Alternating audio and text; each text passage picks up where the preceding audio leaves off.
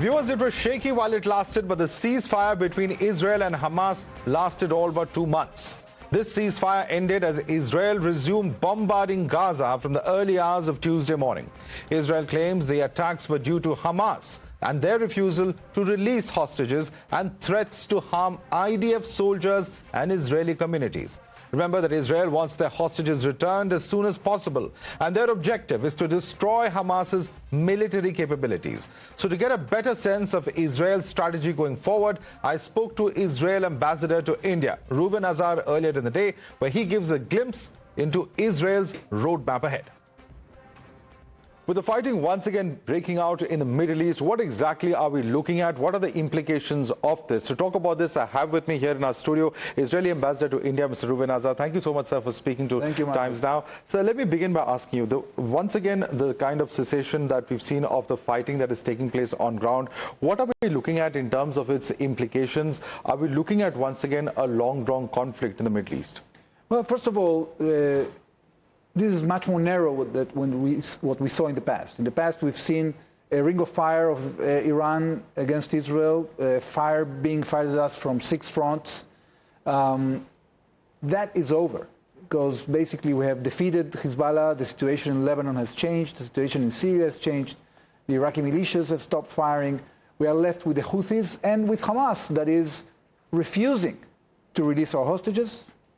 And after a temporary ceasefire of 42 days, they continue to refuse to negotiate a solution in which they will get out of the Gaza Strip and allow the Palestinian people to move on. So we are hoping to see a situation in which they get back to diplomacy. But if they continue with this rejectionist approach, we'll have no choice but to continue our military pressure. This can take time. But we saw a ceasefire for about 2 months. What suddenly shattered this ceasefire in your view? Well, it was the rejection of Hamas of the American proposals. You know, the Israeli cabinet after the 7th of October took a decision to bring back the hostages. We so far have brought 195 hostages out of 254. We have still 59 hostages in the Gaza Strip. Unfortunately, most of them are dead. 24 at least are alive. We have to finish with this. They have to bring back the hostages.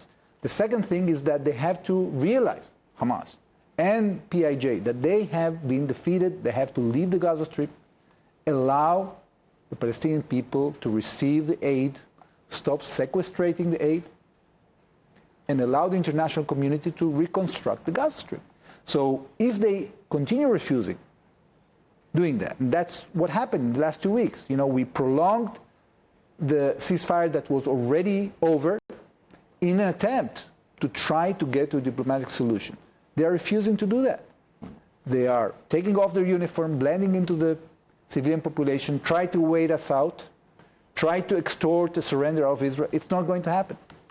But no, given the fact that these are perhaps some of the most intense bombardments that we are seeing, or fighting that we're seeing, over 400 people have been killed. The head of the government, in fact, including is one of them, Essam al-Dailis.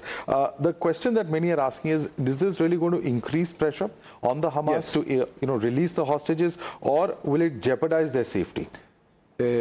On the contrary, we're going to continue the pressure. Of course, that when you engage in military pressure, there are risks, but only through military pressure we've been able to bring back 195 hostages. Okay? So we have to be cautious. There are risks here, but we have no choice because we want to see an end to this conflict. And this cannot be dragged by Hamas. It cannot be brought into a situation in which they will be allowed to rearm, regroup, and do what they said they want to do, to launch an attack like the 7th of October again and again.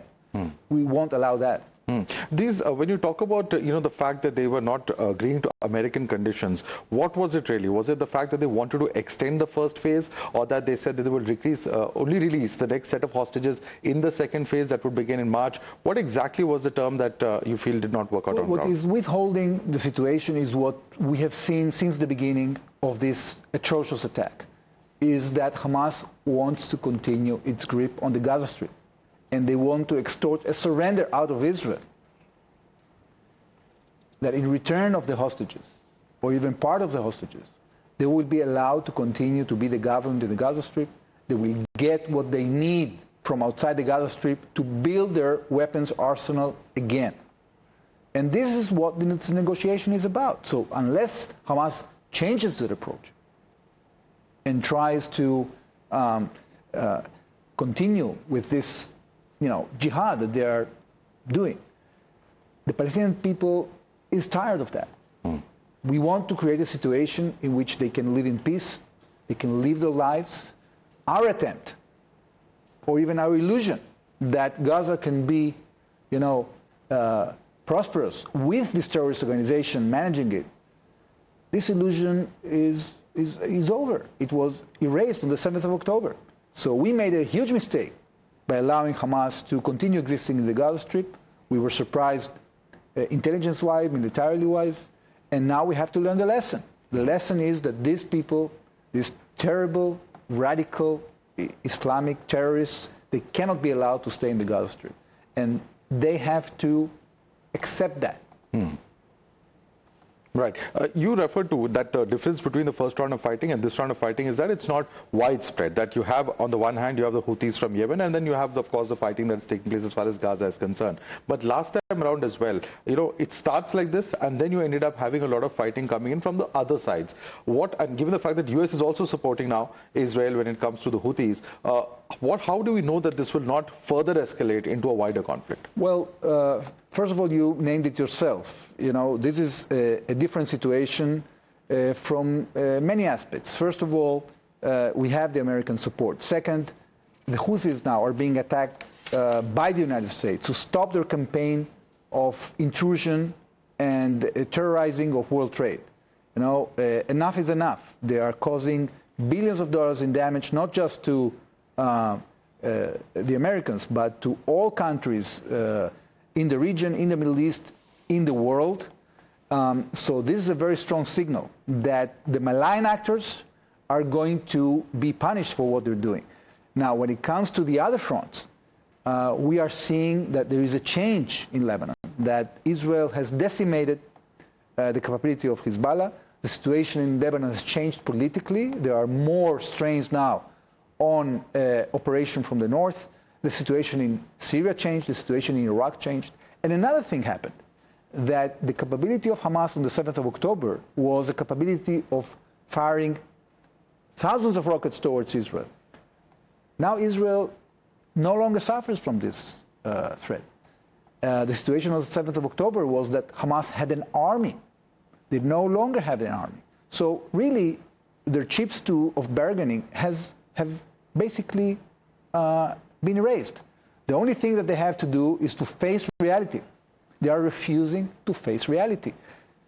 The conflict will not spread to the volume that it spread in the past, that was encouraged by Iran. Because Iran, which is the main perpetrator here, has received a severe blow directly from the State of Israel and also indirectly through the decimation of their proxies.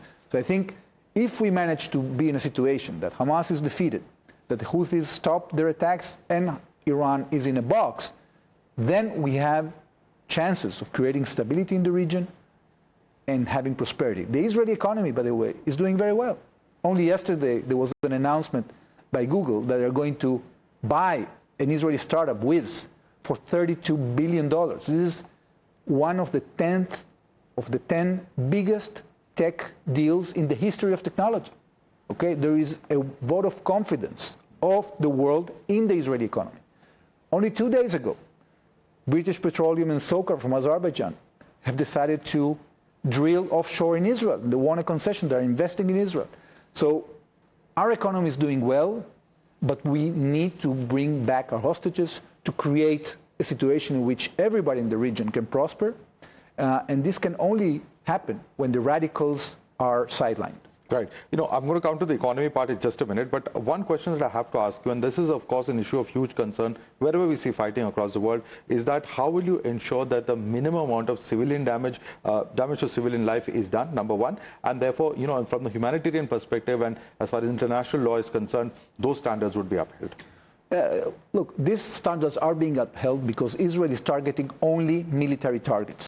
The challenge comes from a terrorist organization that is breaching any code and any law in the book. They are hiding behind civilians, they are taking off their uniforms and blending into the refugee population, they are firing from hospitals, they are using UN facilities, they have abducted an entire UN organization called UNRWA and created a situation in which they're actually serving terrorists. They are disguising themselves as journalists. Okay?